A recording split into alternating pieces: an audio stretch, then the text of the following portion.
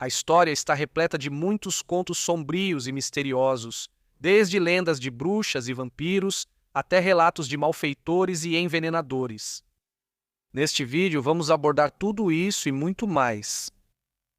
Começamos no final do século XV, na Itália, onde rumores de devassidão e assassinato cercavam uma mulher e sua família devido às mortes misteriosas de pessoas próximas a eles. Lucrécia Borgia nasceu em 18 de abril de 1480 em Subiaco, que na época era uma cidade fora de Roma, mas que hoje é um subúrbio da capital italiana. O pai dela era Rodrigo Borgia, um espanhol que veio originalmente de perto de Valência, mas que tinha ido para Roma em meados do século XV. E a mãe dela era Vanessa de Catenai, a principal amante de Rodrigo. Em Roma, ele rapidamente ascendeu nas fileiras da Igreja Católica Romana sob o patrocínio de seu tio Alfonso, que havia sido eleito Papa Calixto III em 1455. No final da década de 1450, Rodrigo já era cardeal, um cargo poderoso em um igualmente influente estado papal, que controlava grande parte da Itália Central na época, muito além do Vaticano. Mas Rodrigo não era exatamente um cardeal comum. Ele teve muitas amantes e gerou vários filhos, embora isso não fosse incomum para homens da igreja naquela época. Havia uma grande hipocrisia dentro da igreja nesses anos, pois, embora as virtudes do celibato fossem pregadas, aqueles em posições de destaque ignoravam isso descaradamente em suas vidas privadas, mantidas em segredo. Por isso, o comportamento deles foi criticado por alguns reformadores da igreja na época. Com Vanessa, Rodrigo teve 4 filhos, e Lucrécia se dava bem com seus irmãos, especialmente com seu irmão mais velho, César. Os dois demonstravam grande afeto um pelo outro, e César viria a desempenhar um papel importante na vida de sua irmã mais tarde, mas esse forte laço acabaria levando a alguns rumores sombrios. Como filha de uma das figuras religiosas mais proeminentes da época, Lucrécia teve acesso a uma educação muito significativa no novo aprendizado humanista, que havia sido desenvolvido na Itália durante o Renascimento e que se concentrava em autores da Grécia e Roma antigas. Ela foi educada por Adriano Orsini de Milão. Através de Orsini, Lucrécia aprendeu vários idiomas e mais tarde, na vida adulta, era fluente em espanhol, catalão, francês, italiano e latim. Enquanto sua educação humanista teria incluído uma base sólida em literatura grega e romana, retórica, política, lógica e filosofia, as disciplinas centrais do currículo humanista. Lucrécia estava crescendo durante um período tumultuado da história italiana. Embora a Itália, nessa época, fosse o centro da civilização europeia, com cidades como Roma, Florença, Veneza e Milão atraindo os maiores artistas da época, politicamente, a península estava em um estado caótico. Ela não era unificada, mas dividida em mais de 2 dezenas de cidades-estado grandes e pequenas, sendo as principais as repúblicas marítimas comerciais de Gênova e Veneza. Várias cidades-estado no norte, como os ducados de Milão, Ferrara e Urbino, Florença e Toscana, que tinham a aparência de uma república, mas que na verdade eram governadas pela famosa família Médici, e o estado papal, governado a partir de Roma, na Itália Central. No sul, o Reino de Nápoles e a Ilha da Sicília eram controlados pela Espanha. Além disso, a partir de 1494, uma série de guerras irrompeu, supervisionadas pela Espanha e pela França, que eram rivais pelo domínio na Península Itálica depois que a França começou a tentar adquirir influência no norte do país. Tudo isso foi significativo para Lucrécia porque seu pai organizou vários casamentos para ela, tentando fortalecer a posição dos Borgia dentro desse labirinto político. Quando tinha apenas 10 anos de idade, o pai de Lucrécia prometeu sua mão em casamento a um senhor valenciano. Mas esse e vários outros arranjos matrimoniais foram cancelados nos anos seguintes, à medida que a sorte política de Rodrigo oscilava. No início da década de 1490, seu poder de barganha mudou drasticamente em agosto de 1492, quando ele venceu a disputa para se tornar o próximo Papa. Como o Papa Alexandre VI, ele conseguiu negociar uma aliança matrimonial muito mais favorável através de Lucrécia. No dia 12 de junho de 1493, ela consequentemente se casou com Giovanni Sforza, um membro da poderosa família Sforza, que governava o Ducado de Milão e vários outros pequenos estados no norte da Itália. Esse primeiro casamento durou apenas até 1497. Nessa época, o Papa havia decidido que a aliança com os Sforza já não era mais a melhor opção e que uma aliança matrimonial melhor poderia ser negociada através de Lucrécia, caso a união fosse anulada. Isso foi devidamente aceito por Sforza após alguma pressão ser exercida. E ele, de forma um tanto constrangedora, assinou um documento declarando que não pôde consumar o casamento devido à sua impotência. E isso foi motivo suficiente para que a anulação fosse concedida. No entanto, em resposta, acredita-se que o humilhado Giovanni Sforza começou a espalhar boatos dizendo que Lucrécia mantinha relações sexuais com seus irmãos e com o pai. Nessa época, Lucrécia já estava se aproximando da idade adulta e circulavam muitos rumores de que ela estava grávida na época da anulação, devido a um caso ilícito com um camareiro que trabalhava para seu pai, chamado Pedro Calderon. Os eventos que se seguiram são obscuros. Lucrécia desapareceu da vida pública por algum tempo e pode ter dado à luz seu primeiro filho de Calderon nas semanas seguintes. Então, Calderon tornou-se vítima da crueldade da família Borgia ao se livrar de problemas embaraçosos. Bem, ele foi encontrado morto no rio Tibre no início de 1498. Seu segundo marido, Alfonso de Aragão, teve um destino sangrento semelhante. Alfonso era primo da família real espanhola, descendente da família real de Aragão, cujo rei era Fernando de Aragão, um dos dois monarcas da Espanha no final do século XV, junto com sua esposa Isabel. O casamento de Lucrécia com Alfonso em 1498 fez parte da decisão de seu pai de apoiar temporariamente os espanhóis nas guerras italianas. Mas o casamento só duraria enquanto durasse o realinhamento diplomático do Papa Alexandre.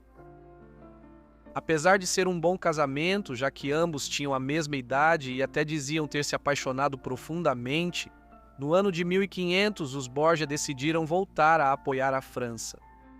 Assim, os Borgia precisavam que Alfonso desaparecesse e ele logo apareceu morto também em Roma. Lucrécia pode ter sido cúmplice em seu assassinato, embora o casamento já tivesse gerado um filho, chamado Rodrigo em homenagem ao avô, o Papa. O terceiro e último casamento de Lucrécia ocorreu 2 anos depois. Esse foi seu casamento mais importante até então, talvez por isso tenha durado. Seu novo marido era Afonso d'Este, filho e herdeiro de Hércules d'Este, o duque da importante cidade-estado de Ferrara, no norte da Itália. Logo ele sucederia seu pai e se tornaria duque em 1505. O casamento foi celebrado no início de 1502 e duraria pelo resto da vida de Lucrécia. Eventualmente, resultou em vários filhos, embora a paternidade delas possa ter sido debatida, já que Lucrécia, assim como seu novo marido, teve uma série de casos amorosos ao longo dos anos 1500 e 1510. Esses casos incluíram um relacionamento duradouro entre Lucrécia e o Marquês de Mantua, Francesco Gonzaga, e um caso separado com o compositor renascentista e teórico literário Pietro Bembo, que era amplamente considerado como tendo formalizado o dialeto do italiano toscano, que posteriormente se tornou a versão padrão da língua italiana usada em toda a península. As relações familiares de Lucrécia e seus muitos casos e casamentos fizeram dela um foco de fofocas maliciosas e muitos mitos na Itália do final do século XV e início do século XVI. Para começar, havia muitos rumores sobre filhos ilegítimos que ela teria tido com seus amantes, sendo o primeiro Giovanni, no início de 1498, que dizem ter sido fruto do caso malfadado de Lucrécia com Calderon. Embora a paternidade de Giovanni ainda seja disputada. Além disso, acusações de um relacionamento incestuoso com seu irmão, César, eram abundantes durante sua vida, especialmente depois que seu segundo marido foi assassinado em Roma em 1500 e César foi amplamente suspeito de ter ordenado o assassinato. No entanto, é improvável que isso tenha tido algo a ver com algum tipo de ciúme de amante, mas sim devido às atividades políticas de César na época. O irmão de Lucrécia havia atuado como general de seu pai, o Papa, na expansão do território do Estado Pontifício na Itália Central durante o final da década de 1490, e sua decisão de matar Afonso de Aragão em 1500 foi uma decisão puramente política. Isso tinha a ver com o realinhamento diplomático do papado e a aliança com a França nessa época. Lucrécia também desenvolveu a reputação de ser uma femme fatale, alguém que seduzia homens à vontade e que podia envenená-los com a mesma facilidade. Dizia-se, por exemplo, que ela usava um anel oco que se abria para permitir que ela colocasse veneno nas bebidas de suas vítimas desavisadas. Um incidente notório em que diziam que ela esteve envolvida foi o Banquete das Castanhas, uma festa realizada em Roma no dia 30 de outubro de 1501. Aqui, Lucrécia, seu irmão César e seu pai, o Papa Alexandre, teriam participado efetivamente de uma espécie de orgia envolvendo parte da nobreza de Roma e dezenas de cortesãs da cidade. Existe apenas um relato sobre o banquete, feito pelo mestre de cerimônias da corte papal da época, Joan Bouchard, e atualmente se acredita que a história possivelmente foi totalmente inventada para manchar o nome da família Borgia. É possível, porém, que Lucrécia não fosse uma femme fatale, ou especialmente escandalosa em sua vida amorosa em comparação a outras damas aristocráticas na Itália do fim da Renascença. Não há dúvidas de que ela era considerada especialmente atraente por seus contemporâneos, mas sua boa aparência não necessariamente resultou em qualquer comportamento sórdido em particular. Na verdade, ela parece ter sido estigmatizada devido às ações bastante duvidosas de sua família nas décadas de 1490 e 1500. O pai dela, o Papa, teve várias amantes e incentivou seu filho a conquistar seu próprio reino na Itália Central, usando os recursos da Santa Sé de Roma para isso. E César foi o mais notório dos senhores renascentistas, que lançou a Itália Central no caos na década de 1490 e foi supostamente uma grande influência sobre Nicolau Maquiavel quando ele começou a escrever seu notório tratado político, O Príncipe, alguns anos depois. A vida adulta de Lucrécia transcorreu na corte dos Este, em Ferrara, onde seu terceiro marido se tornou duque em 1505. Como já mencionado, ela se envolveu em uma série de casos amorosos, embora isso não fosse nada incomum pelos padrões da Itália do final da Renascença. Isso se complicou porque um de seus amantes, Francesco Gonzaga, contraiu sífilis por volta da época ou pouco antes do início do caso deles. Uma doença sexualmente transmissível que chegou à Europa com consequências devastadoras no final do século XV, após o contato dos europeus com as Américas. Embora hoje seja facilmente tratada com antibióticos, no início da Era Moderna, ela devastava o corpo lentamente, começando com uma erupção ao redor da região genital e depois se espalhando por todo o corpo. E por fim, causando deformidades. E muitas vezes causando o colapso de partes do corpo, como o nariz, se a doença persistisse por meses ou anos. No entanto, Lucrécia aparentemente não contraiu a doença de Francesco, a qual as mulheres são menos propensas. Seu pai, o Papa Alexandre, morreu em agosto de 1503. Ele era um homem curioso, um príncipe renascentista implacável que quebrou todas as regras associadas ao seu cargo, mas que foi lembrado com carinho por alguns dos outros papas da época. Com sua posição enfraquecida após a morte do pai, César começou a perder o controle sobre alguns dos territórios na Itália Central, que ele havia conquistado na década de 1490. Ele acabou sendo preso pelo rei Fernando de Aragão e transferido para a Espanha em 1504. Ele passou mais de 18 meses na prisão lá antes de escapar e iniciar uma revolta no norte do país, que terminou com sua morte em março de 1507. Assim, em poucos anos, nos anos 1500, Lucrécia passou de filha de uma das famílias mais poderosas da Itália para uma figura isolada descendente da decaída Casa dos Borgia. Ela teve pelo menos 8 filhos, cuja legitimidade era questionável, e talvez até 10, dependendo da paternidade de outros 2. No entanto, ela também teve várias gestações difíceis e abortos espontâneos durante as décadas de 1500 e 1510, e no final, foi esse histórico turbulento de nascimentos que levou à sua morte. No dia 14 de junho de 1519, ela deu à luz uma menina que foi batizada como Isabela.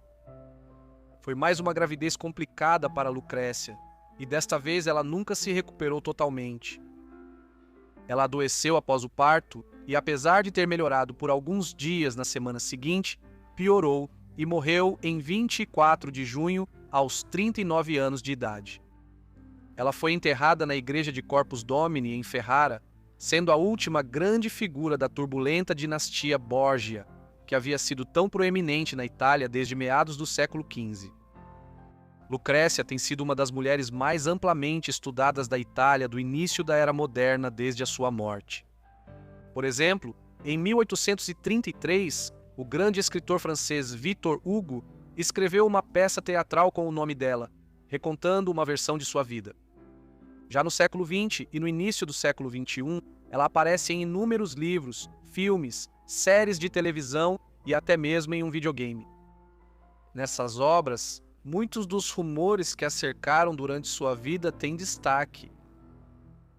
Para nossa próxima história, continuamos na Itália, mas avançamos para os anos 1600, onde uma mulher teria envenenado mais de 600 pessoas.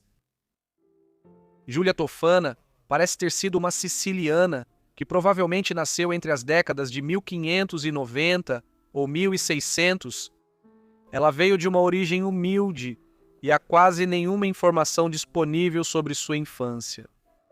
De fato, as primeiras referências a ela só aparecem no início da década de 1630, quando ela já era adulta. Os únicos outros fatos comprovados sobre ela são que ela parece ter sido natural da cidade de Palermo, na Sicília, onde vivia na época de sua primeira aparição nos registros históricos. Muitas vezes se conjecturou que ela era filha de Tofania da Damo, uma crença baseada no fato de que muitas pessoas na Itália do século XVII adotavam o primeiro nome de um dos pais como sobrenome. Assim, Tofania da Damo tornou-se Giulia Tofana. No entanto, pode muito bem não haver nenhum vínculo familiar entre as duas, e os observadores podem simplesmente ter estado ansiosos demais para enxergar uma ligação de mãe e filha entre duas gerações de envenenadoras sicilianas. O que está relativamente claro é que Giulia Tofana trabalhou com e conhecia Tofania da Damo no início da década de 1630. No dia 12 de julho de 1633, Tofania foi executada em Palermo por ter envenenado pessoas com uma mistura que um diarista italiano contemporâneo, Gaetano Alessi, chamou de aquatufania. Assim, o veneno que mais tarde ficou conhecido como aquatofana pode muito bem ter se originado com Tofania da Damo. Mas é com Giulia Tofana e seus notórios delitos nas décadas de 1630 e 1640 que ele geralmente é associado. Exatamente qual era a relação entre as duas mulheres não está claro. Evidências auxiliares indicam que a principal cúmplice de Tofania da Damo em Palermo, antes de ser presa, julgada e executada, era uma mulher chamada Francesca Lalazarda, e ela foi presa um ano antes de Tofania.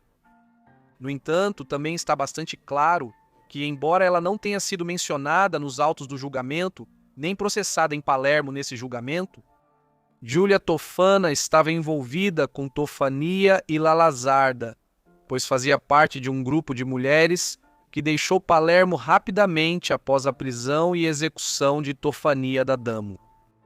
Elas se estabeleceram em Roma e logo começaram a distribuir sua própria versão da aquatofana. Vale a pena fazer uma pausa neste ponto para considerar o que exatamente é a aquatofana. Embora sua composição química exata não seja totalmente clara, Parece que ela consistia principalmente de uma base de arsênico, antimônio e chumbo. Outros relatos do século XVII incluem a adição de sublimado corrosivo, que era um termo da época para cloreto de mercúrio, uma mistura de mercúrio e cloro. Essa mistura de substâncias químicas, se administrada em dose suficiente, será fatal em cerca de 3 dias.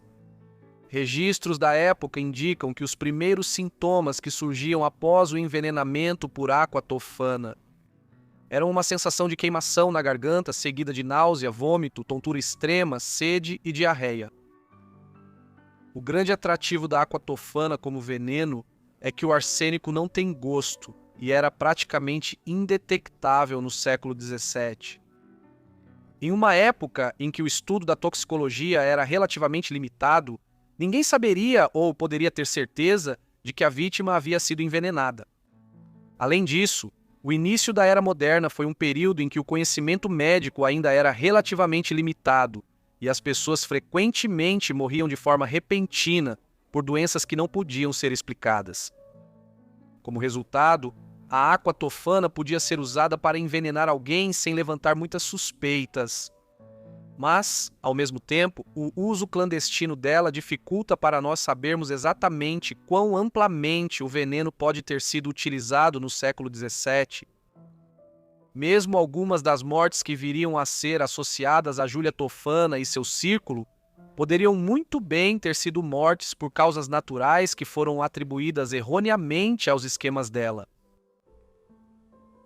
Embora Tofania d'Adamo e Francesca Lazzarda possam ter sido as primeiras assassinas em massa a usar água tofana, ela acabou ficando mais comumente associada a Júlia Tofana.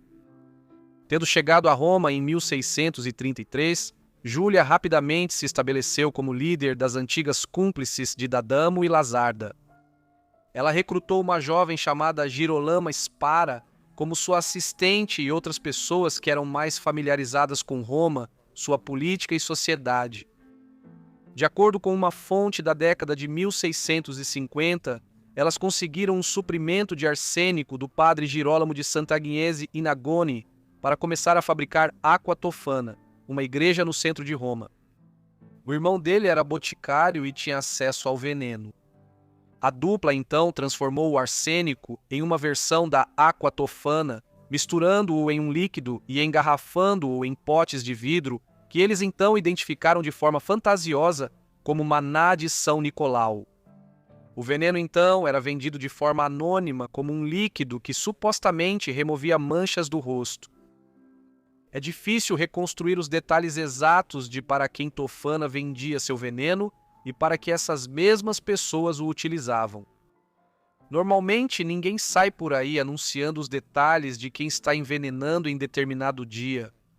No entanto, detalhes do final da década de 1650, durante o julgamento de alguns dos próprios associados de Tofana, revelam alguns aspectos do que aconteceu.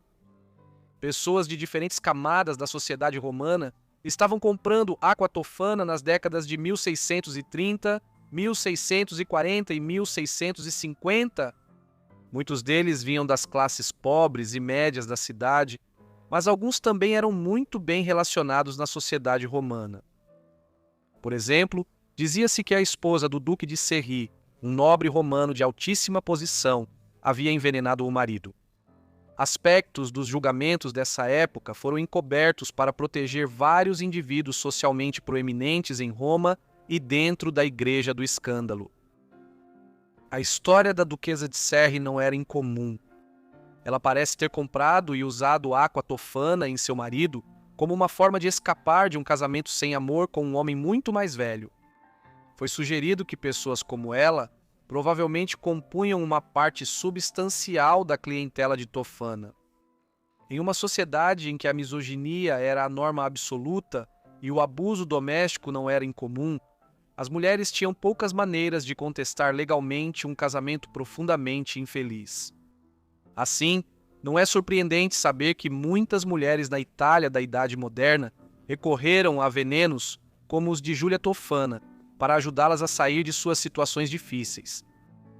A ideia de que um dos principais usos de venenos, como a aquatofa na Idade Moderna, era para que mulheres tentassem escapar de casamentos tórridos é reforçada pelo fato de que o comércio de venenos geralmente era dominado por mulheres.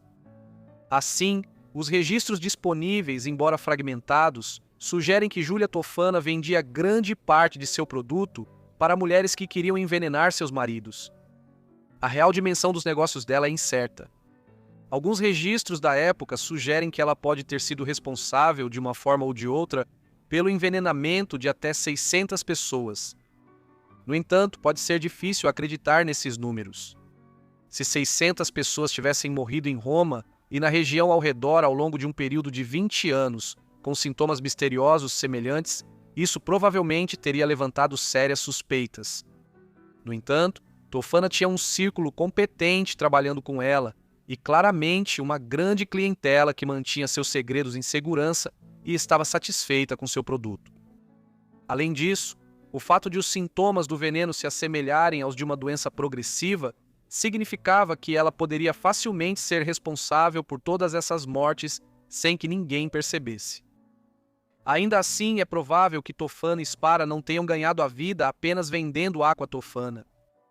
Pesquisas nas últimas décadas revelaram que aqueles que produziam venenos nas cidades europeias da época, como Paris, Veneza e Roma, operavam em uma espécie de submundo mágico, que combinava a fabricação e venda de venenos com outras atividades, como a produção de amuletos e objetos mágicos, leitura de mãos, astrologia e até mesmo a organização ocasional de assassinatos convencionais por matadores de aluguel. Embora os registros sejam escassos, é provável que Júlia Tofana também estivesse envolvida em atividades desse tipo durante os quase 20 anos em que viveu em Roma, após se mudar de Palermo. Os riscos para Tofana eram muito consideráveis. Bem, se ela fosse pega, sofreria consequências graves. Envenenar pessoas dessa maneira era considerado um crime particularmente hediondo na época moderna inicial, e punições extremas eram aplicadas àqueles que se envolviam nesse tipo de atividade. Por exemplo, existem 2 relatos conflitantes sobre como Tofania da Damo foi executada após sua condenação em 1633. Nenhum deles é agradável. Em um dos relatos, ela foi enforcada, estripada e esquartejada, enquanto o outro sugere que ela foi amarrada viva dentro de um saco de lona e jogada do telhado do Palácio do Bispo em Palermo para a rua muito abaixo. Felizmente para ela, Júlia Tofana não teria esse destino. Ao contrário de suas mentoras em Palermo, Tofânia da Damo e Francisca Lalazarda, Júlia Tofana nunca foi condenada por nenhum crime relacionado às suas atividades como fabricante e distribuidora de venenos. E, segundo a maioria dos relatos, ela morreu pacificamente em sua cama em 1651. Outros relatos sobre sua morte contam outra história. Um deles afirma que ela passou o resto de seus anos em um convento, usando uma rede de freiras e clérigos para continuar seus negócios. Enquanto outro relato afirma que ela foi capturada e executada, e outros dizem que ela foi estrangulada enquanto vivia no convento. Mas isso não parece ser verdade. Sua assistente, Girolama Spara, sucedeu-a como chefe da rede de mulheres que distribuíam Aqua Tofana por Roma em meados do século XVII. Por fim, em 1658, suas atividades chamaram a atenção das autoridades em Roma. E, após serem julgadas, ela e vários outros líderes foram enforcados publicamente em Roma. Enquanto dezenas de outros que os ajudaram ou foram implicados na compra de seus venenos foram condenados à prisão perpétua. Os julgamentos e os eventos subsequentes revelaram a extensão dos clientes de Tofana e Spara e suas posições dentro da sociedade romana em meados do século XVII, com a aristocracia e até mesmo altos membros da igreja implicados. Aqua Tofana continuou sendo conhecida e utilizada muito além da época de Júlia Tofana. O veneno lento que ela havia criado ganhou tanta notoriedade no início do século XVIII que Aqua Tofana se tornou um termo genérico usado em toda a Europa ocidental e central para se referir a qualquer tipo de veneno de ação lenta. Poções tóxicas desse tipo eram consideradas responsáveis por muitos tipos de mortes súbitas ou inexplicáveis. Um exemplo infame de uma pessoa que se acreditava ter sido morta por água tofana foi o grande compositor austríaco Wolfgang Amadeus Mozart. Ele adoeceu em setembro de 1791 e morreu apenas 3 meses depois, tendo ficado acamado em suas últimas semanas e sofrendo com dores, inchaço e vômitos. A ideia de que ele estava morrendo por um veneno lento veio do próprio Mozart, que afirmou: "Alguém me deu água tofana e calculou o momento exato da minha morte." Não há evidências claras de que ele foi envenenado, mas ao mesmo tempo não existe consenso sobre o que realmente causou sua morte. Os estudiosos já sugeriram mais de uma centena de doenças diferentes que poderiam ter sido responsáveis, desde febre reumática e triquinose até gripe ou insuficiência renal.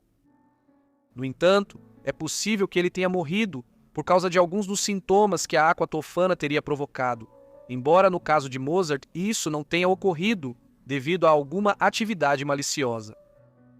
Na verdade, o mercúrio era usado de várias maneiras comuns na sociedade do final do século XVIII, e um estudo recente detectou grandes quantidades de arsênico. No manuscrito de A Flauta Mágica, a ópera em que Mozart estava trabalhando na época de sua morte. Assim, o compositor austríaco pode muito bem ter sido vítima de alguns dos ingredientes que Júlia Tofana colocava em seus venenos lentos, mas não do veneno em si. A noção de vampirismo existe há milênios, e entidades vampíricas foram registradas em culturas ao redor do mundo. Uma dessas mulheres, que foi suspeita de ser vampira pelos moradores locais devido ao seu comportamento estranho, foi Eleonora von Schwarzenberg. A mulher que um dia se tornaria Eleonora von Schwarzenberg nasceu como Eleonora Elizabeth Amália Madalena em 20 de junho de 1682, na cidade de Melnik, na região que então era conhecida como Boêmia, mas que hoje faz parte da República Tcheca. O pai de Eleonora era o príncipe Fernando Augusto da Casa de Lobkowicz, uma família nobre da região, que podia traçar suas raízes até o século XIV e que por isso era uma das linhagens aristocráticas mais antigas e respeitadas da Boêmia dos séculos XVII e XVIII. Fernando também foi o segundo duque de Sagan, já que seu pai, Venceslau Eusébio, havia adquirido esse título e propriedade em 1646. Os primeiros anos de vida de Leonor é relativamente sem destaque, e há poucas evidências documentais a respeito. Podemos supor que ela teria recebido uma educação típica para uma mulher aristocrática no final do século XVII, com ênfase em dança e etiqueta de corte. Embora seja provável que ela tenha aprendido um pouco de latim, e quase certamente francês, que se tornava a língua franca das cortes aristocráticas da Europa naquela época. No dia 7 de dezembro de 1701, quando tinha 19 anos de idade, Leonor se casou com Adam Franz, Carl Eusébio, na época o herdeiro aparente do Principado de Schwarzenberg, um importante principado dentro do Arquiducado da Áustria. Era um título aristocrático importante na Boêmia. Bem, o título de Schwarzenberg remonta à Alta Idade Média, e Adam acabaria tornando-se príncipe de Schwarzenberg em 1703. O casamento dele com Eleanor, como tantos outros casamentos aristocráticos do início da Era Moderna, foi efetivamente uma transação financeira e uma aliança. Nesses arranjos, o pai da noiva normalmente fornecia um grande dote ao pai do noivo. Assim, um lado ganhava financeiramente, mas a família da noiva geralmente se casava com uma família de status social mais alto se pudesse oferecer um dote suficientemente substancial.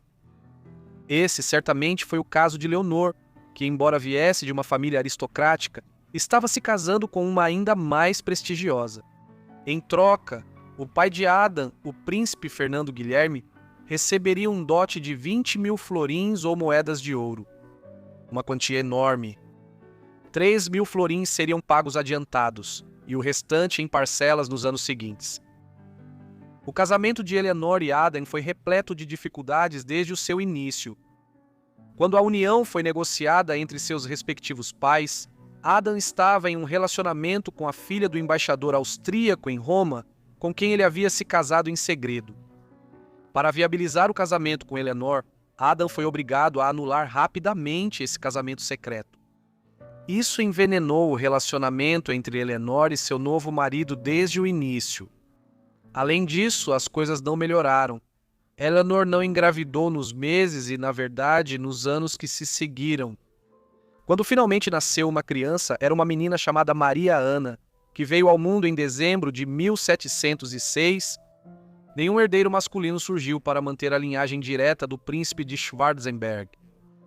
Como se esses problemas já não fossem ruins o suficiente, o relacionamento entre Leonor e Adam ficou ainda mais complicado quando o pai de Leonor se casou com a irmã de Adam, Maria Elizabeth. Com isso, o pai de Leonor também se tornou seu cunhado, uma situação bastante desconcertante. Além disso, surgiram atritos depois disso, pois Fernando estava deixando de cumprir os pagamentos do dote para Adam. Além disso, Leonor sofreu um aborto espontâneo durante outra gravidez em 1709, e então surgiram acusações de infidelidade contra ela.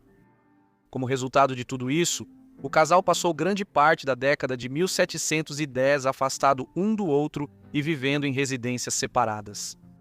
Mas a reconciliação acabou acontecendo em 1719. Naquele ano, Adam herdou uma enorme propriedade na Boêmia após a morte de sua tia. Com isso, as discussões sobre o dote de Eleanor tornaram-se praticamente irrelevantes, e as tensões entre Adam e o pai de Eleanor já haviam terminado quando Ferdinand morreu em 1715. Então, em 1722, nasceu o tão aguardado herdeiro masculino Joseph Adam. Assim, após mais de 20 anos de um casamento conturbado e infeliz, a união de Adam e Eleanor finalmente parecia estar se estabilizando.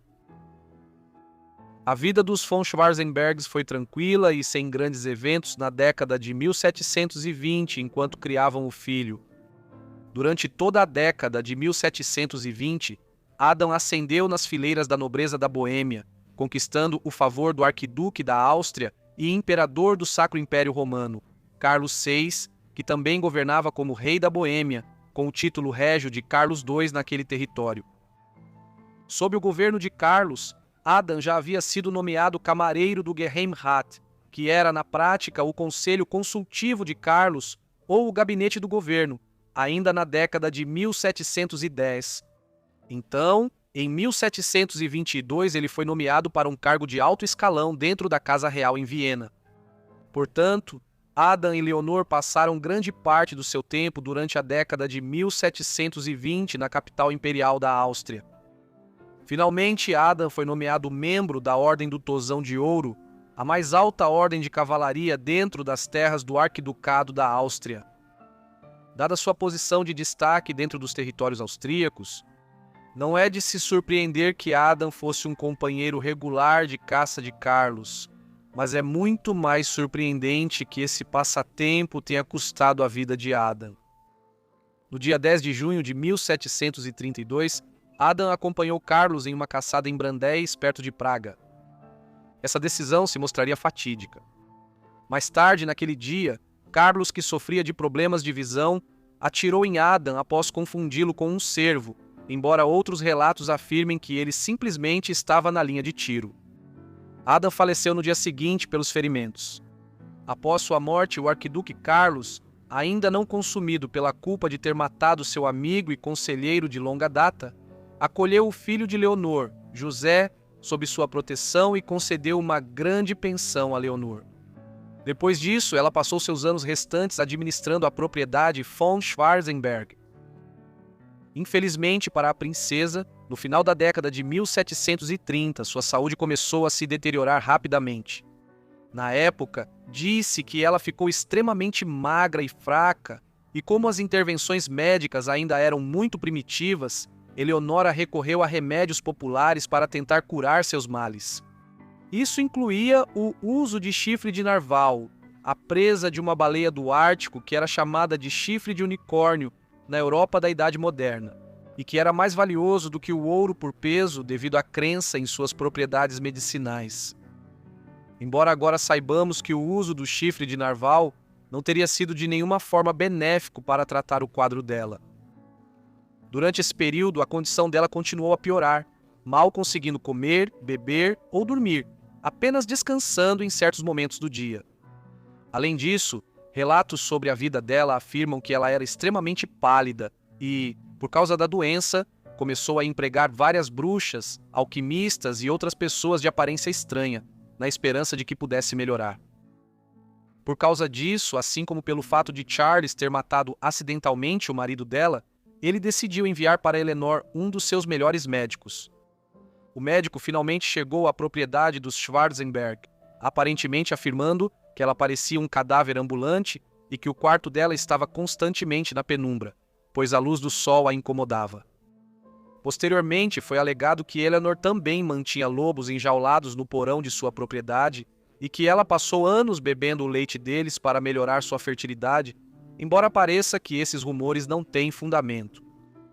Com o passar do tempo, Eleanor continuou a piorar e sentia dores imensas. Aparentemente, seus gritos se tornaram algo bastante frequente em seu palácio, aterrorizando todos que os ouviam. Finalmente, após anos de sofrimento, ela acabou falecendo no Palais Schwarzenberg, em Viena, no dia 5 de maio de 1741, aos 58 anos de idade. Após sua morte, foi realizada uma autópsia que confirmou que ela tinha o que hoje conhecemos como câncer do colo do útero. Ela também sofria com vários tumores, sendo que um deles era maior do que uma bola de tênis. Antes de morrer, ela pediu que seu coração fosse enterrado ao lado do marido, enquanto seu corpo fosse sepultado na igreja de São Vito, em Český Krumlov, na República Tcheca. Na época, o medo de vampiros era algo muito real, tanto que os moradores locais começaram a desenterrar os corpos dos recém-falecidos, cortando suas cabeças, com medo de que pudessem ser vampiros. Enquanto isso, alguns eram atravessados por estacas e outros eram queimados. A lenda diz que alguns moradores estavam convencidos de que a princesa havia se tornado uma vampira e que ela foi vista andando pelas cidades e cemitérios próximos após sua morte. Outros relatos ainda mais improváveis diziam que ela mordia corpos de recém-falecidos e sugava seu sangue. Por anos depois disso, histórias de vampiros continuaram a circular na região e, supostamente, por algum tempo o nome dela foi considerado amaldiçoado. Mas com o tempo esses contos viraram mito e esses rumores foram esquecidos.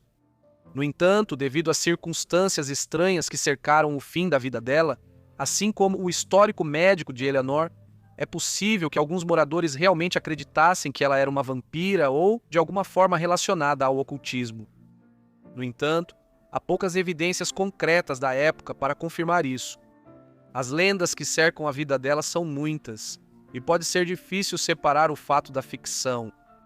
Mas apesar disso, nos últimos anos ela foi rotulada como uma princesa vampira. Mas por quê? Em 2007, Eleanor foi o tema de um grande documentário investigativo que estreou na televisão austríaca intitulado A Princesa Vampira, ou The Vampire Princess em inglês. Esse documentário especulou que Eleanor havia praticado vampirismo e foi a inspiração para Drácula, o grande romance de terror gótico escrito pelo romancista irlandês vitoriano Bram Stoker, e publicado em 1897. A crença de que Eleanor pode ter sido a base para a obra-prima de Bram Stoker certamente tem alguns argumentos a seu favor. Por exemplo, Drácula já teve um primeiro capítulo alternativo àquele que foi publicado em 1897.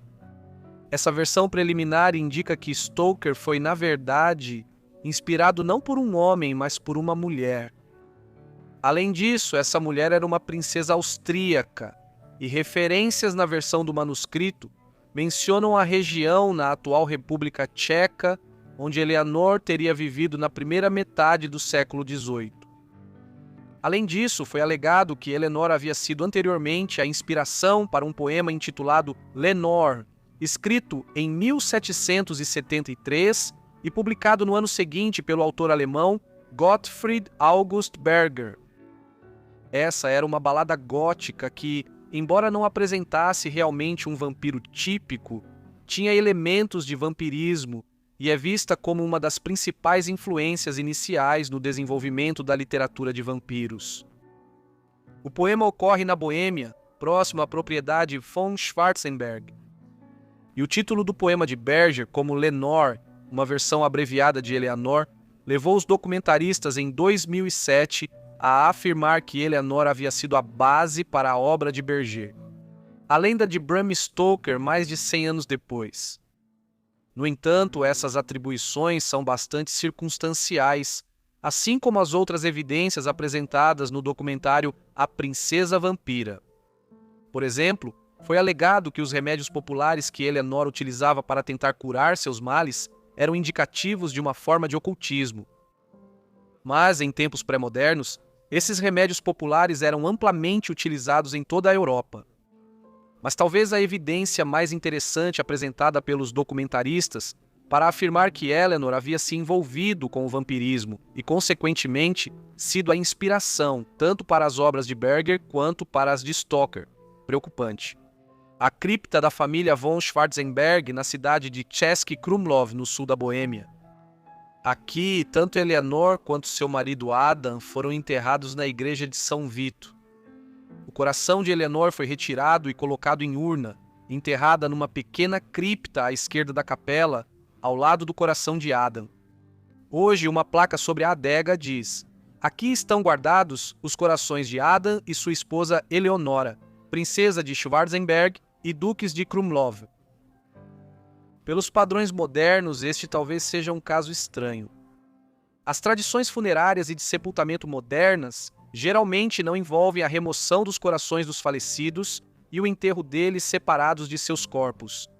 E os criadores de A Princesa Vampira estavam muito ansiosos para enfatizar que isso era indicativo de algum tipo de ocultismo por parte de Eleanor. No entanto, pelos padrões da Europa Central do século XVIII, não havia nada de muito incomum nisso. De fato, a família real, os Habsburgos da Áustria, mandou construir um túmulo semelhante em Viena, no qual os corações dos membros mais antigos da família eram enterrados separadamente de seus corpos. Assim, há poucas evidências concretas para corroborar o argumento de que a princesa Eleanor von Schwarzenberg era alguém que praticava o vampirismo e, consequentemente, foi a inspiração para Drácula de Bram Stoker. Assim, as lendas sobre sua vida que se referem a Eleanor como uma princesa vampira, apesar de serem fascinantes, provavelmente não passam disso. Lendas. Para nossa próxima história, vamos para o início do século XIX na Alemanha, onde um casal rico se mudou para um castelo isolado e nunca mais foi visto. O mistério dos Dunkelgrafen começa em 7 de fevereiro de 1807. Naquele dia, uma carruagem coberta chegou à cidade de Hildburghausen, na Turíngia, no centro da Alemanha. Quando chegou, um casal desceu. O homem já beirava os 40 anos, enquanto a mulher era alguns anos mais nova, talvez perto dos 30, segundo estimavam os observadores. Muitos na cidade perguntaram quem eram eles. Mas, nos anos que se seguiram, praticamente nada foi descoberto e, em vez disso, o mistério apenas se aprofundou. O casal misterioso passou a residir em uma moradia modesta em Hildburghausen pelos próximos 3 anos. Ele usava o título e o nome de Conde Wavre de Versailles, enquanto todos os cuidados eram tomados para nunca revelar a identidade dela. Havia pouca explicação sobre quem eles eram e de onde tinham vindo. O mais curioso era, por que um conde e sua acompanhante, que ele fazia questão de dizer que não era sua esposa, nem parceira de nenhum tipo, estavam se mudando para o remoto Hildburghausen? Eles estariam se escondendo de algo ou alguém? Em 1810, o casal se mudou para o castelo de Eishausen, perto da cidade, mas numa região isolada, e quando fizeram isso, permaneceram lá na maior parte do tempo. Eles raramente, se é que alguma vez, saíam do castelo e viviam uma espécie de exílio autoimposto fora de Hildburghausen. Nessas raras ocasiões em que saíam de Eishausen, a mulher em especial era muito reservada, geralmente indo aonde precisava em uma carruagem e com um véu cobrindo o rosto. Isso continuou por muito tempo, e os moradores de Hildburghausen e da região ao redor logo começaram a se referir ao casal como os Dunkelgrafen, ou condes sômbrios, por causa da natureza misteriosa de sua identidade. Após décadas de reclusão no castelo de Eishausen, ela acabou morrendo em 28 de novembro de 1837, enquanto o suposto conde viveu mais 8 anos, até 1845. Na época de sua morte, a mulher foi registrada como Sophie Botha e foi enterrada na colina Schulsberg, perto do castelo, em um jardim que o casal havia comprado alguns anos antes. O conde foi sepultado no cemitério da igreja de Eishausen, enquanto o castelo foi demolido em 1873, após ficar desocupado por alguns anos.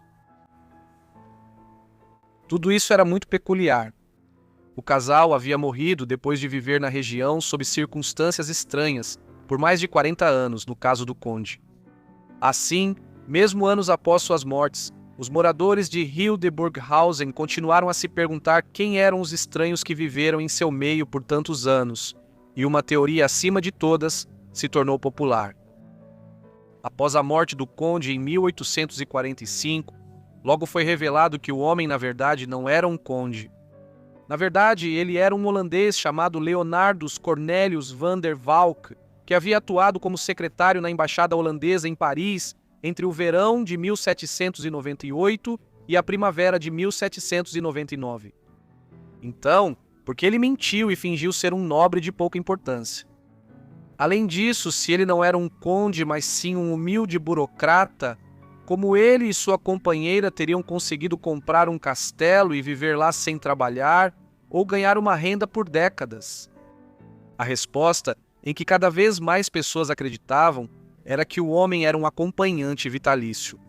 Para ninguém menos que Marie-Thérèse Charlotte, filha do rei Luís XVI e de Maria Antonieta da França, ambos mortos pelo governo revolucionário francês em 1793 após a Revolução Francesa. Vamos voltar um pouco para entender quem era Marie-Thérèse. Ela nasceu no Palácio de Versalhes, nos arredores de Paris, em 19 de dezembro de 1778. Ela era a filha mais velha do rei Luís XVI e de sua rainha nascida na Áustria, Maria Antonieta. Maria Teresa foi a única dos 3 filhos de seus pais que sobreviveu até a idade adulta. Ela tinha 2 irmãos mais novos, Luís José, nascido em 1781, e Luís Carlos, nascido em 1785, ambos sucumbiram à tuberculose quando tinham 7 e 10 anos de idade, respectivamente. A morte de Luís Carlos pode ter sido acelerada pelo tratamento desumano recebido do governo revolucionário em Paris no início da década de 1790. Em 1789, a Revolução Francesa eclodiu em toda a França. No final do ano, Maria Teresa e seus pais estavam sendo mantidos em prisão domiciliar em Paris pelos revolucionários. Luís e Maria foram rei e rainha do país por um tempo apenas como figuras simbólicas. Mas quando continuaram a conspirar com governos estrangeiros para que a Áustria, a Grã-Bretanha e outros países interviessem na França em seu favor, o governo francês acabou decidindo levar o monarca e sua consorte a julgamento. Ambos foram considerados culpados de traição e executados ao longo de 1793. Com a morte de seu irmãozinho 2 anos depois, Maria Teresa foi a última membro da família a permanecer viva. Em 1795, a antiga princesa foi considerada uma ameaça insignificante para o governo revolucionário. A monarquia acabou, a república foi instaurada e os exércitos revolucionários franceses passaram de estar na defensiva contra os britânicos, austríacos e outros para passar ao ataque, conquistando os Países Baixos no início do ano e criando a República Batava como aliado próximo. Consequentemente, a possibilidade de Maria Teresa ser usada pelas potências estrangeiras como uma figura simbólica para restabelecer a monarquia parecia remota, e ela foi autorizada a deixar a França e ir para a família de sua mãe em Viena, na Áustria. E é aqui que a trama se complica. Maria Teresa estava profundamente traumatizada pelos anos que passou em cativeiro. Não há como negar isso. Como resultado, algumas pessoas passaram a acreditar que a mulher que chegou a Viena em 1795, alegando ser Maria Teresa, era na verdade sua irmã de criação. Essa mulher era Ernestine de Lambriquet, filha de 2 criados reais que trabalharam no Palácio de Versalhes nas décadas de 1770 e 1780. Ernestine se parecia com as crianças reais e rumores diziam que o rei Luís era seu verdadeiro pai. Independentemente da verdade, ela virou companheira de brincadeiras de Maria Teresa e, após a morte de sua mãe em 1788, foi adotada pelo rei e rainha, mesmo com o pai ainda vivo. Durante os anos tumultuados que se seguiram, Ernestine não foi mantida cativa com o restante da família real, mas frequentemente era confundida com Maria Teresa e insultada enquanto caminhava pelas ruas de Paris. Tamanha era a semelhança entre ela e a filha biológica do rei e da rainha. E foi essa semelhança que levou muitas pessoas a acreditarem que, quando Maria Teresa supostamente chegou a Viena em 1795, na verdade era Ernestina de Lambriquet, fingindo ser Maria Teresa.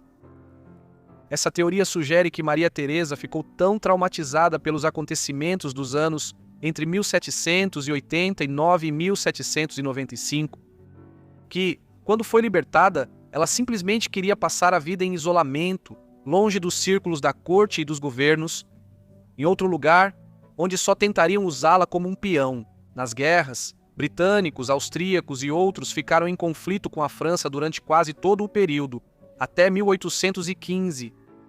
Consequentemente, a teoria dos Dunkelgrafen sustenta que a mulher, que viajou pelas cortes da Europa durante décadas após 1795, fingindo ser Maria Teresa, era na verdade Ernestine de Lambriquet, enquanto a mulher que chegou de carruagem a Hildeburghausen na primavera de 1807 e ficou conhecida como a Condessa Sombria, era na verdade a princesa francesa que estava escondida do mundo, o que a deixou tão traumatizada. Por muitos anos, o mistério continuou a se aprofundar. Pesquisas foram realizadas por muitos historiadores e entusiastas sobre a misteriosa Condessa Sombria e os Dunkelgrafen. Muito disso aumentou as especulações. Por exemplo, foi revelado que a corte austríaca havia solicitado especificamente que Ernestine de Lambriquet, amiga de infância e companheira de Maria Teresa, pudesse viajar com ela para Viena em 1795, mas nessa época foi informado que Ernestine não pôde ser localizada. Talvez muitos tenham especulado que isso aconteceu porque Ernestine agora estava em Paris, fingindo ser Maria Teresa e pronta para seguir para Viena dessa forma. Além disso, pesquisas sobre o grupo de pessoas que supostamente viajaram pela Europa de Paris a Viena com Maria Teresa em 1795 revelaram algumas anomalias altamente incomuns. Vários membros do pequeno grupo não puderam ser identificados e foi dito que alguns deles nunca chegaram a Viena. Essas circunstâncias curiosas não provaram nada, mas serviram para aumentar ainda mais a incerteza em torno desses acontecimentos. Eventualmente, as especulações levaram a esforços conjuntos para descobrir a verdade, e a ciência moderna criou a possibilidade de finalmente decifrar o mistério dos Dunkelgrafen. Assim, em 2013, o túmulo de Sofia Botta, a Condessa Sombria, foi escavado perto do castelo de Eishausen. Após a exumação, 2 pequenas partes do fêmur foram enviadas a laboratórios forenses na Áustria e Alemanha para análise. Depois disso, o DNA mitocondrial foi então comparado com o do príncipe Alexandre de Saxe-Kassovitz, um descendente contemporâneo da rainha Maria Antonieta. Se a Condessa Sombria fosse Maria Teresa, então o DNA mitocondrial do príncipe Alexandre seria uma correspondência exata com o encontrado nos restos localizados no túmulo de Sofia Botta, ao lado do castelo de Eishausen. Infelizmente, o resultado foi imensamente decepcionante para muitos. Foi descoberto que a Condessa Sombria não era parente da rainha Maria Antonieta, e, portanto, ela não poderia ter sido Maria Teresa. Portanto, o casal misterioso que chegou a Hildeburghausen em 1807 e viveu lá por mais de 30 anos até suas mortes, provavelmente era exatamente o que pareciam ser à primeira vista. Um casal de indivíduos abastados que queria viver uma vida reclusa em um castelo no interior da Alemanha. Ao longo da história, há inúmeros relatos de bruxaria e do mal ou infortúnio a ela associados. Um desses contos é o da Bruxa Branca de Rose Hall. A mulher, que mais tarde ficou conhecida como a Bruxa Branca de Rose Hall, nasceu com o nome de Anne Patterson, em algum lugar da Grã-Bretanha, em 1802, filha de mãe inglesa e pai irlandês. Seu local de nascimento exato é incerto e alguns relatos sugerem que ela nasceu na Escócia. A família de Anne se mudou para o Haiti quando ela tinha cerca de 9 ou 10 anos. Naquela época, uma parte da ilha de Hispaniola, que havia passado por extrema agitação política e social nos fins dos anos 1790 e início dos anos 1800, em grande parte por ser uma colônia de açúcar francesa, que Paris não conseguia controlar durante as guerras revolucionárias e napoleônicas. Pouco depois da chegada da família ao Haiti, os pais de Anne morreram de febre amarela, uma doença tropical com sintomas semelhantes à icterícia. Depois disso, Anne teria sido criada por sua babá, que era uma sacerdotisa do vodú, numa época em que o Haiti era um dos principais centros do vodú. No entanto, pouco mais de 6 ou 7 anos depois, Anne foi novamente atingida pela perda quando essa babá morreu, deixando-a praticamente órfã em um mundo caribenho, tão diferente da Grã-Bretanha, onde ela havia passado seus primeiros 10 anos. Foi nessas circunstâncias que Anne Patterson partiu para a Jamaica.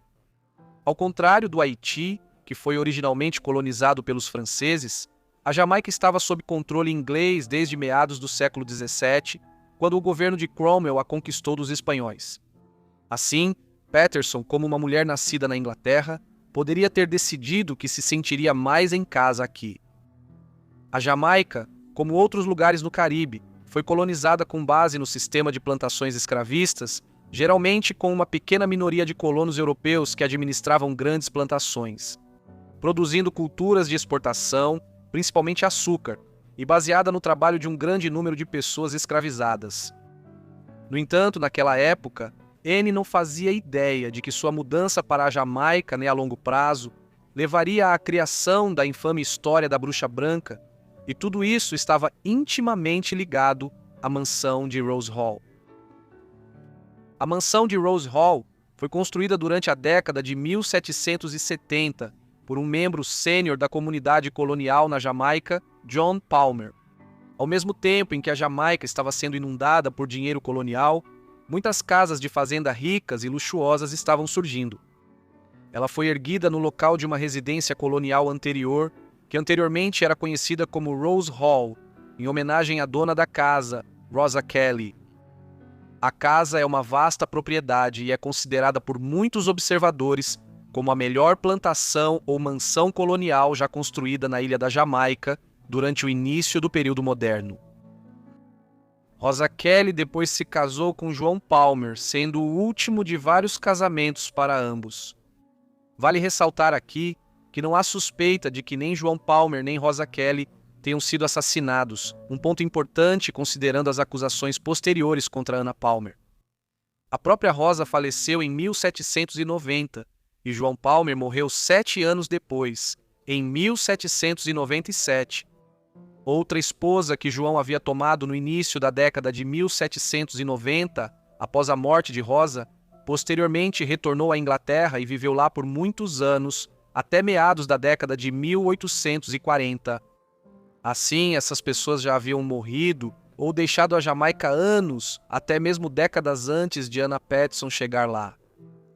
A família Palmer, de modo geral, já estava de volta à Inglaterra e vivia uma vida confortável lá, sustentada pelos lucros obtidos com sua plantação na Jamaica. No entanto, um membro da dinastia, João Rosa Palmer, sobrinho de João Palmer Sênior e Rosa, decidiu viver e administrar a propriedade na Jamaica após a morte deles na década de 1790. Ele ainda estava lá em 1818, quando Anne Patterson chegou à ilha. Eles logo se conheceram e se casaram. Assim, Anne Patterson se tornou Anne Palmer e passou a ser a senhora de Rose Hall, uma grande propriedade de plantação. E com isso, o mito da Bruxa Branca logo surgiria. Segundo a lenda, acredita-se que Anne já usava magia desde o início de sua chegada à Jamaica.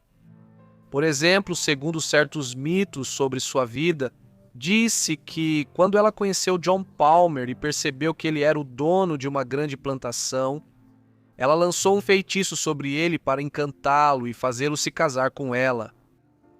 Então, a primeira parte do mito da Bruxa Branca é que Annie Patterson se tornou a Senhora de Rose Hall e virou Annie Palmer ao invocar magia contra John Palmer.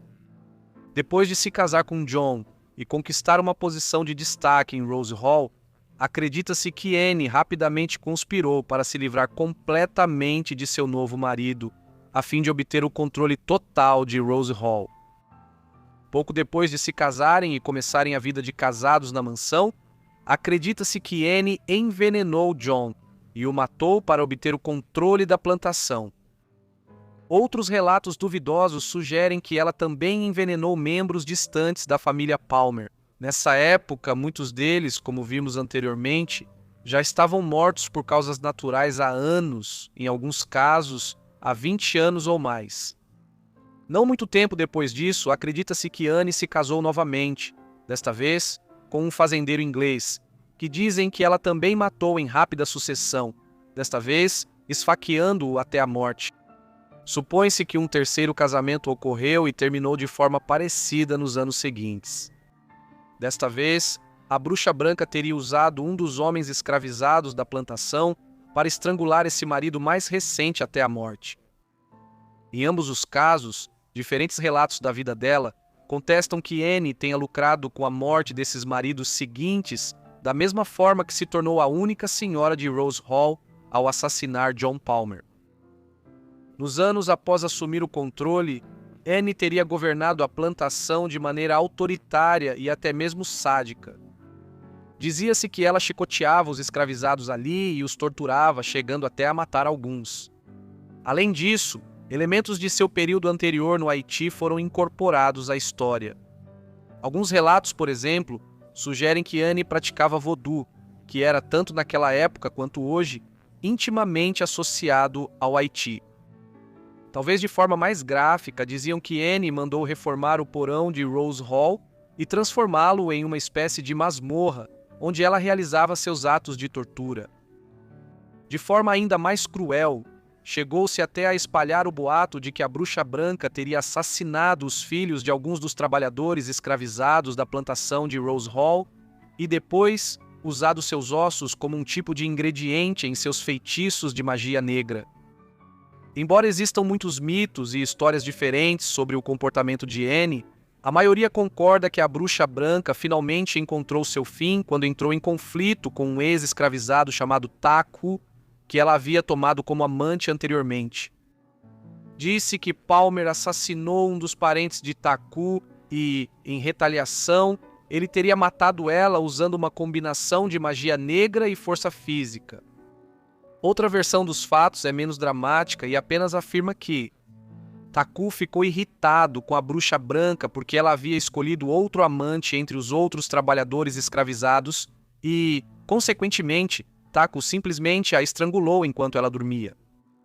Outra versão diz que o genro de Taku esteve envolvido em seu assassinato. Mas a história não termina aí.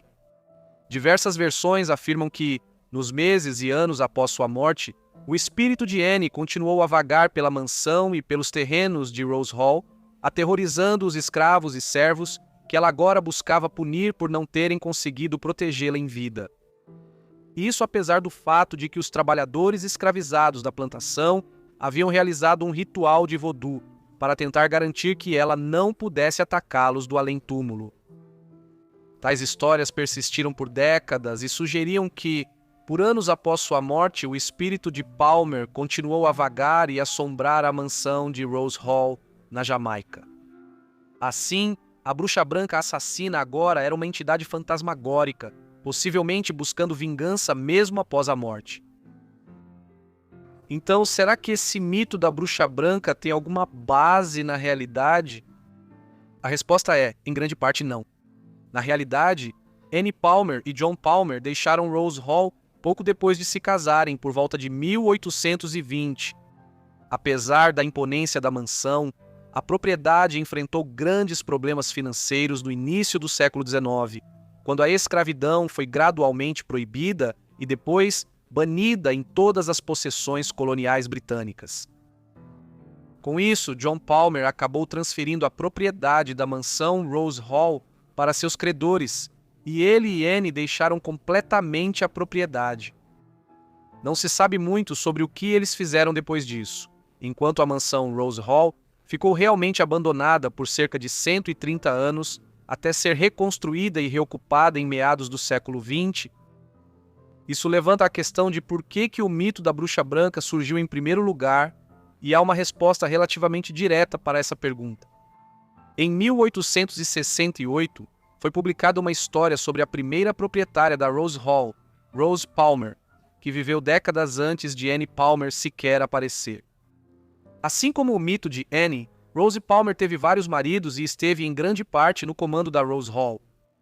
Com o passar dos anos, novos detalhes foram adicionados, reforçando ainda mais o mito da bruxa branca. O mais significativo nesse sentido foi um livro sobre a história local da Jamaica, publicado em 1911, e um romance em 1929 que complementaram o mito da bruxa branca. No último caso, já havia se passado um século desde os supostos delitos de Palmer e não restava mais ninguém para contestar essas inverdades. Assim, o livro publicado em 1929 como uma obra de ficção e que não tinha a intenção de ser interpretado como um relato histórico preciso, acabou entrando para o registro como uma peça de pseudo-história. No entanto, embora a verdadeira história de Anne Palmer seja bem conhecida hoje em dia, muitas pessoas na Jamaica ainda consideram Rose Hall uma casa assombrada. E há inúmeras histórias de que a mansão é assombrada por uma figura vestida de veludo verde, com roupas do início do século XIX, que assombra as terras da mansão e da plantação. Em outras versões, uma mulher de branco vaga pela casa, enquanto outros relatos ainda relatam que gritos vindos de Rose Hall podem ser ouvidos regularmente à noite. Especialmente no porão, que dizem que Anne transformou em uma masmorra, mas que hoje é uma loja de presentes, no que se tornou um ponto turístico. Assim, embora o mito de Anne Palmer e da bruxa branca de Rose Hall tenha sido descartado como nada mais do que uma história, elementos residuais do conto de terror jamaicano continuam sendo acreditados até hoje, e parece que com bons motivos. Para nossa história final, vamos ao final do século XIX, onde um homem ficou obcecado por uma paciente com tuberculose, mesmo após a morte dela. Karl Tanzler, que mais tarde ficou conhecido como Conde Tanzler von Colossel, nos Estados Unidos, nasceu na cidade alemã de Dresden em 8 de fevereiro de 1877. Pouco se sabe sobre os primeiros anos de sua vida, mas evidentemente ele teve uma longa educação e se formou como médico em algum momento do século XX. Depois disso, ele deixou a Alemanha e viajou para a Austrália, onde viveu de forma relativamente tranquila durante a maior parte de uma década. Um relato sobre sua vida nos dá uma visão melhor de seu tempo na Austrália. Diz que muitos anos atrás, Karl von Colossel viajou da Índia para a Austrália com a intenção de seguir para as ilhas do Mar do Sul. Ele fez uma pausa na Austrália para coletar equipamentos e barcos adequados e para se familiarizar com as condições climáticas e marítimas predominantes. No entanto, ele se interessou por engenharia e trabalhos elétricos lá, comprou propriedades, barcos, um órgão, uma ilha no Pacífico, de modo que ainda estava na Austrália ao final de 10 anos. Em 1914, Tanzler estava trabalhando para construir um avião transoceânico, como a Primeira Guerra Mundial havia estourado. E sendo um cidadão alemão em um dos países da ANZAC, sigla para Corpo do Exército Australiano e Neozelandês, ele foi detido e colocado em um campo de internamento por algum tempo durante o longo conflito. Depois disso, ele foi transferido para Trial Bay, uma prisão parecida com um castelo nos penhascos, e lá ele continuou seu trabalho. Quando a guerra terminou, em 1918, o governo australiano decidiu que qualquer pessoa que tivesse sido detida durante o conflito como prisioneiro estrangeiro não deveria ser autorizada a permanecer no país. E assim, no final da década de 1910, ele se viu sendo extraditado à força da Austrália de volta para a Europa, onde chegou à Holanda. Da Holanda, Tanzler voltou para a Alemanha e procurou por sua mãe, de quem não tinha notícias desde o início da guerra. Felizmente, ela estava segura e bem, e Tanzler permaneceu com ela por 3 anos, testemunhando o caos e a tragédia que se seguiram após a Grande Guerra. Logo depois, ele se casou com Doris Schaffer. Juntos, eles teriam 2 filhos, Ayesha, nascida em 1922, e Clarista, que chegou 2 anos depois, em 1924. Porém, Tanzler via poucas perspectivas para si e sua família na Europa pós-guerra. Ele também estava em contato com sua irmã, que morava na Flórida, no sudeste dos Estados Unidos. Convencido por ela das oportunidades oferecidas nas regiões mais ensolaradas da América, os Tanzler emigraram em 1926. Primeiro, eles navegaram para Havana, em Cuba, e depois seguiram para a Flórida, onde se estabeleceram em Zephyr Hills. Curiosamente, foi quando chegou aos Estados Unidos que Carl usou pela primeira vez o nome Conde Tanzler, contando uma história de que era parente da Condessa de Cossel. Uma amante do século XVIII do rei da Polônia, Augusto, o Forte, cujo fantasma aparentemente o visitava regularmente durante sua infância.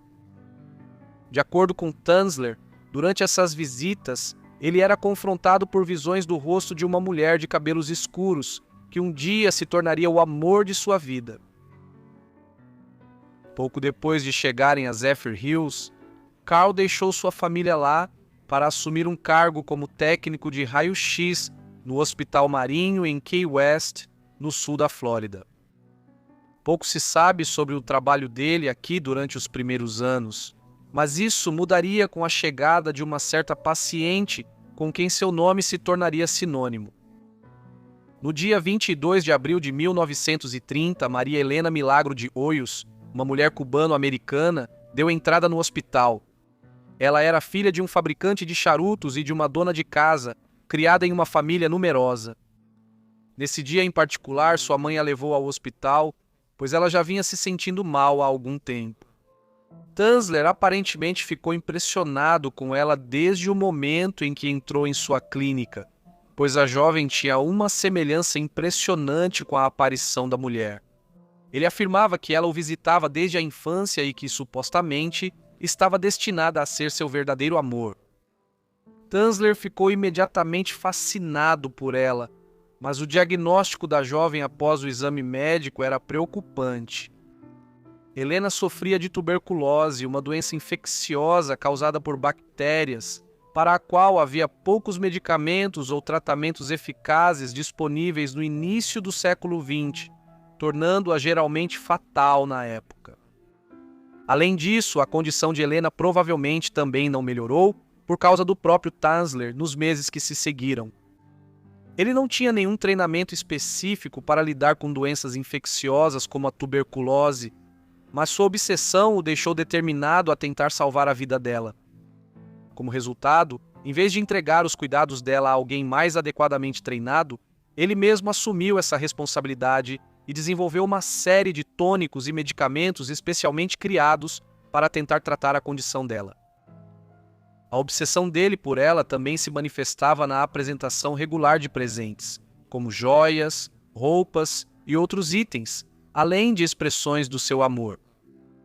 Porém, nada indica que ela correspondia a esses sentimentos. Por fim, Helena faleceu 1 ano e meio depois, em 25 de outubro de 1931. De fato, a doença e suas qualidades contagiosas, assim como sua letalidade, fizeram com que vários familiares e parentes mais distantes também morressem dela nos anos seguintes. Uma teoria alternativa, porém, é que Tanzler, numa tentativa de garantir que não perderia contato com a mulher pela qual ficou obcecado, na verdade a envenenou, gradualmente usando uma solução composta da raiz de mata-lobos e de acônito diluída. No entanto, as evidências para essa teoria são questionáveis e parece mais provável, dado o destino dos outros membros de sua família, que Helena simplesmente tenha falecido devido à tuberculose. Mas enquanto Helena estava morta, a obsessão de Tanzler não havia morrido. Após a morte dela, ele concordou em pagar pelo funeral e enterro de Helena em Key West. Ele gastou muito para providenciar um túmulo elevado em um cemitério e pelos próximos 2 anos e meio, ele a visitaria quase todas as noites. Mesmo assim, tudo isso logo ficaria ainda mais obsessivo. Numa noite de abril de 1933, o doutor fez sua visita habitual ao cemitério de Key West para visitar o mausoléu de Helena. Tanzler havia pago pelo caro túmulo dela, mas uma das condições era que ele tivesse uma chave para o próprio túmulo. Ele claramente não estava em seu melhor estado psicológico na primavera de 1933. Ele afirmou mais tarde que o fantasma de Helena aparecia para ele regularmente durante suas visitas lá no início da década de 1930. Além disso, ele havia perdido recentemente seu emprego na clínica em Key West sob circunstâncias desconhecidas. Além disso, ele havia passado algum tempo sem visitar o túmulo de Helena recentemente, e o motivo era que ele estava planejando algo bastante dramático. Naquela noite, em abril de 1933, ele retirou o corpo em decomposição de Helena do túmulo e o colocou em um carrinho de brinquedo que havia levado consigo. E então ele levou o corpo para casa com ele. Uma vez lá, o Dr. Tanzler se deparou com o macabro problema de um cadáver parcialmente decomposto. Ele começou a remediar isso unindo alguns dos ossos desconectados com fios de piano e outros materiais. Ele colocou olhos de vidro nas órbitas para substituir os olhos naturais dela, que já haviam se decomposto até então. E à medida que os dias e semanas passavam e outras partes do corpo de Helena se decompunham, ele substituía partes da pele dela por uma mistura de tecido de seda endurecido com uma camada externa de cera e um pouco de gesso de Paris, que normalmente é usado para fazer moldes. Tanzler chegou ao ponto de começar a fazer uma peruca para o corpo, já que o cabelo continuava caindo do crânio dela. Parte desse cabelo veio da mãe de Helena que Tanzler havia conseguido e guardado. De forma ainda mais bizarra, ele preencheu o estômago e a cavidade torácica dela com pano e outros tecidos para preservar a impressão de uma forma humana normal e chegou até a vestir o corpo. Mais chocante ainda, ele então usou vários desinfetantes e agentes de preservação para tornar o cadáver um pouco mais higiênico e borrifou perfume para mascarar o odor da decomposição. Esses métodos de preservação foram realizados em um velho avião perto da casa dele, que o doutor havia transformado em um laboratório médico improvisado. Agora, é aqui que as coisas ficam ainda mais estranhas. Nos 7 anos seguintes, Carl Tanzler dormiu em sua cama com o cadáver de Maria Helena de Hoyos. Mas rumores também estavam circulando por Key West. Rumores sobre o estranho homem recluso que era frequentemente visto comprando roupas femininas e perfume pela cidade. Havia até uma história de um jovem local que tinha visto o doutor dançando em sua casa com o que parecia ser uma boneca gigante. Eventualmente, a família de Hoyos ouviu esses rumores e acreditou que devia haver algo de verdade neles. Um dia, a irmã de Maria Helena, Florinda, ouviu mais rumores sobre o médico que havia tratado sua irmã 10 anos antes e que havia insistido em pagar pelo túmulo ao qual só ele tinha a chave. Tudo isso tornou o boato de que Tanzler dormia com um cadáver à noite ainda mais crível. Assim, ela viajou até a casa de Tanzler e o confrontou em outubro de 1940. Ao entrar na casa, ela viu o que acreditava ser na época um boneco em tamanho real de sua irmã que Tanzler havia feito. Depois, ela alertou as autoridades e só mais tarde, quando elas intervieram e entraram na casa de Tanzler, ficou claro que aquilo era, na verdade, o corpo fortemente manipulado de sua irmã falecida. Como consequência, Tanzler foi rapidamente preso e acusado pelo que, dadas as circunstâncias, era o crime mais óbvio do qual ele era culpado: violação de sepultura. Tanzler agora seria julgado por violação de sepultura, enquanto uma autópsia era realizada no corpo de Maria Helena para descobrir exatamente o que ele havia feito. Suspeitas de que ele havia praticado necrofilia foram levantadas, mas isso não pôde ser provado, e durante o interrogatório, Tanzler não admitiu ter feito tal coisa. Por fim, após a conclusão desse processo, o corpo dela foi devolvido ao cemitério de Key West, onde foi enterrado em uma cova sem identificação. Para evitar novas interferências em seu local de descanso, seja de Tanzler ou de outros, já que a história já era conhecida no sul da Flórida. Em seguida, Tanzler passou por avaliação psiquiátrica, e isso determinou que ele estava mentalmente apto para ser julgado pela acusação de profanação de túmulo.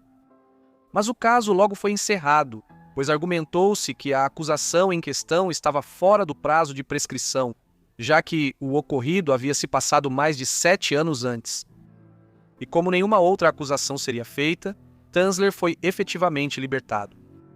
Curiosamente, durante todo esse processo, Tanzler acabou recebendo certa simpatia da mídia ao relatar o caso, resultado de suas ações serem interpretadas como as de um romântico incurável. Após o fim do julgamento e o reenterro do corpo de Hoyos, Tanzler voltou para o condado de Pasco, na Flórida, perto de Zephyr Hills, onde havia deixado sua família em meados da década de 1920, pouco depois de chegar aos Estados Unidos. Surpreendentemente, apesar de tê-los abandonado e de seu comportamento bastante questionável nesse período, Tanzler recebeu algum apoio financeiro e material de sua esposa, de quem estava separado. Os últimos anos de vida do autoproclamado conde foram igualmente peculiares. Tendo sido completamente separado do corpo de Helena, alega-se que ele construiu uma efígie em tamanho real para servir como substituta, com a qual viveu até sua morte em 3 de julho de 1952, aos 75 anos de idade. Esta incluía uma máscara mortuária de cera. Seu corpo só foi descoberto 3 semanas depois em sua casa, segundo alguns relatos, deitado ao lado da efígie que ele havia construído da mulher que se tornou sua obsessão.